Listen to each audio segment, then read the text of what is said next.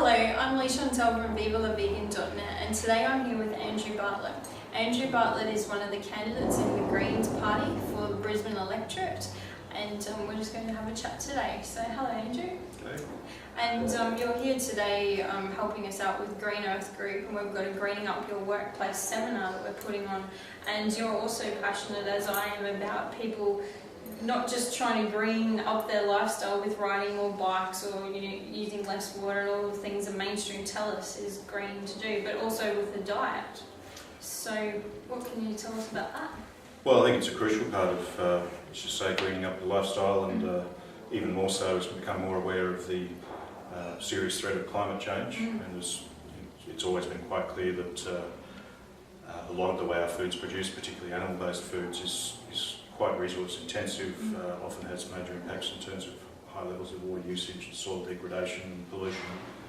But on top of that, with better understanding of climate change, it's even more pivotal.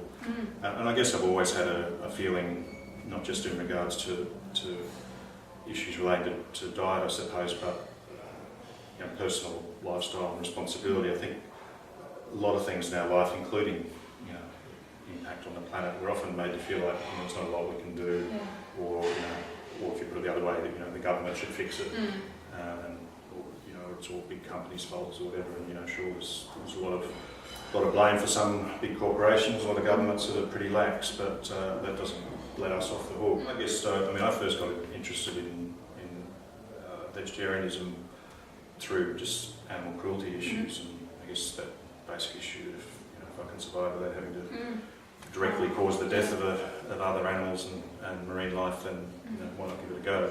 And it wasn't really until I looked more at it, I became aware of just how enormous the cruelty is involved, particularly in intensive farming, but also the environmental aspects as well.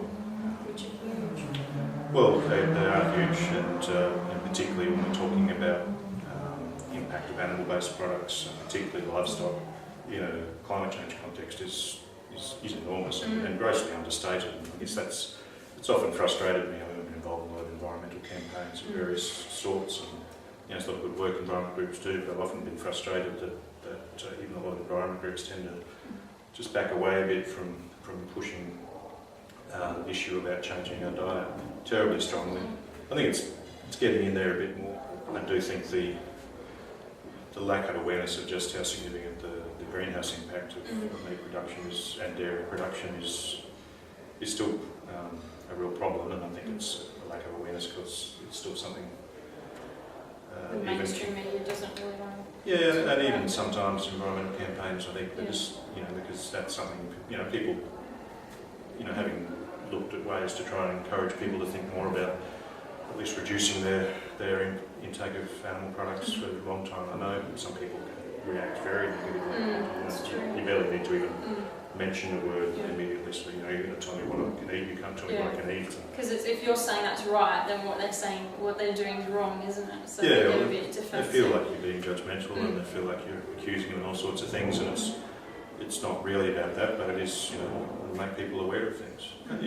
Diet and particular types of foods have huge cultural meaning for a lot of people, but cultures shift over time, and as has food production and food consumption. And is it true that you became a vegan after a mutual friend of ours, Chris Jackson, put you up to the challenge on 4ZZZ Radio, which is Brisbane's local community radio station? Is that true? Yeah, it is. It is. It was funny because I found becoming vegetarian much easier than I expected, but I found becoming vegan really hard. I don't know. Partly I just real fondness for cheese and that sort of stuff, but also it's people just are addicted to that, aren't they? Yeah, but also it's just I think it's quite easy to be vegetarian these days. It's, you're not made to feel like a weirdo to ask for vegetarian food for starters, and almost everywhere's got vegetarian options. I think veganism is still at that stage where it's sort of it's a bit extreme. What are you going to eat? And a lot of, the real trouble I had was some of it sort of, I was out a fair bit, and not sort of, eating in posh restaurants, but just, have great bites to eat. Places don't even know, which is a bit scary once you start asking, has this got over in it. I don't know. He sort of put me up to it, I guess, and say, oh, come on, walk the talk. He always saying all this stuff. And, he's like that, isn't he? Yeah, well, it's good. And, it's, I'm not a big fan of, guilting people into doing things, because I don't think that sort of works over a long time. But I do think, particularly if you're out there campaigning or trying to encourage in a sort of leadership role, so, you have to lead by example. Well, at least try a bit hard. And, again, it's not like put yourself up on a pedestal and demand purity and sainthood and all that stuff. Next week. But nonetheless, it's good to have someone occasionally, because otherwise you just use it as an excuse to it's not too hard, do my bit. And he pointed out a place that did fantastic vegan pizzas as a sort of incentive. But it was when was that? Oh, that was 3 or 4 years ago, I think. It's good, the vegan challenge, and it's not a way to frame it, I think it's just sort of, give it a go for a month. Yeah, and see how much better you feel and so, and that sort of stuff, and then, if you find, what are the things that get in the way, then what are they? I mean, again, even with myself, that done and worked in sort of animal welfare and animal rights field off and on as an advocate for 20 years or something. Because of that, not taking that next step to veganism, I probably even subconsciously, I haven't really fully explored some of the pretty horrendous cruelty involved in at least the modern intensive dairy industry. Well, it's hard, isn't it? Once you know it, you can't unlearn something. You can't unsee some of the horrific things that you see. Yeah, it can be hard. But I think there's a lot more people moving towards at least the vegetarian diet, and hopefully they will, become vegans after that. And in particular, with the Greens Party, more people seem to care about the environment, or at least climate change. And we had over 1 million people voting for Greens just recently. So have you noticed with any of the people that support the Greens, are they interested in dietary aspects, or do they even understand it? Oh, some of them are. And certainly that general message that there's an environmental benefit to eating less animal product is certainly, ironically, I think other organisations that just simply took a black and white science view to the climate change aspects got it into the mainstream a bit more than the environment groups who are sort of, scared of being seen to be extremist or something. As with any group, I guess you've always got to look at how you communicate a message in a way that encourages rather than alienates.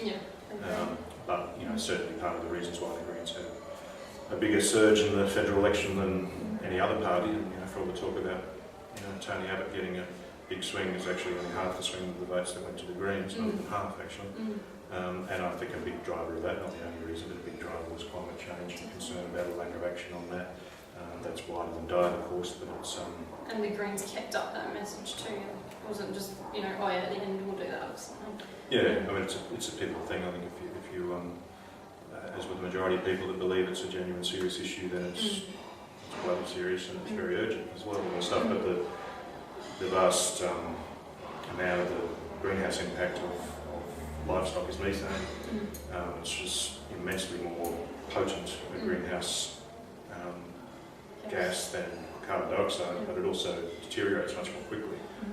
So all the stuff we're talking now about reducing carbon dioxide and carbon emissions and coal and all that, whilst it's very important, we need to make that shift very strongly and quickly. We won't actually, stuff that's going up there today is going to be mostly still up there in 100 years' time out of your coal stack, so it takes that long to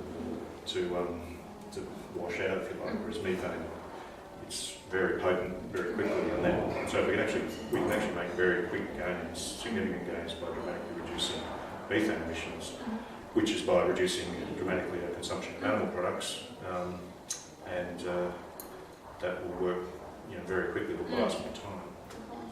So trying to get those messages out there, it's not always easy because that's a big attack point. Against, we'll close down everything. It's not about closing them down; it's about transitioning to something new.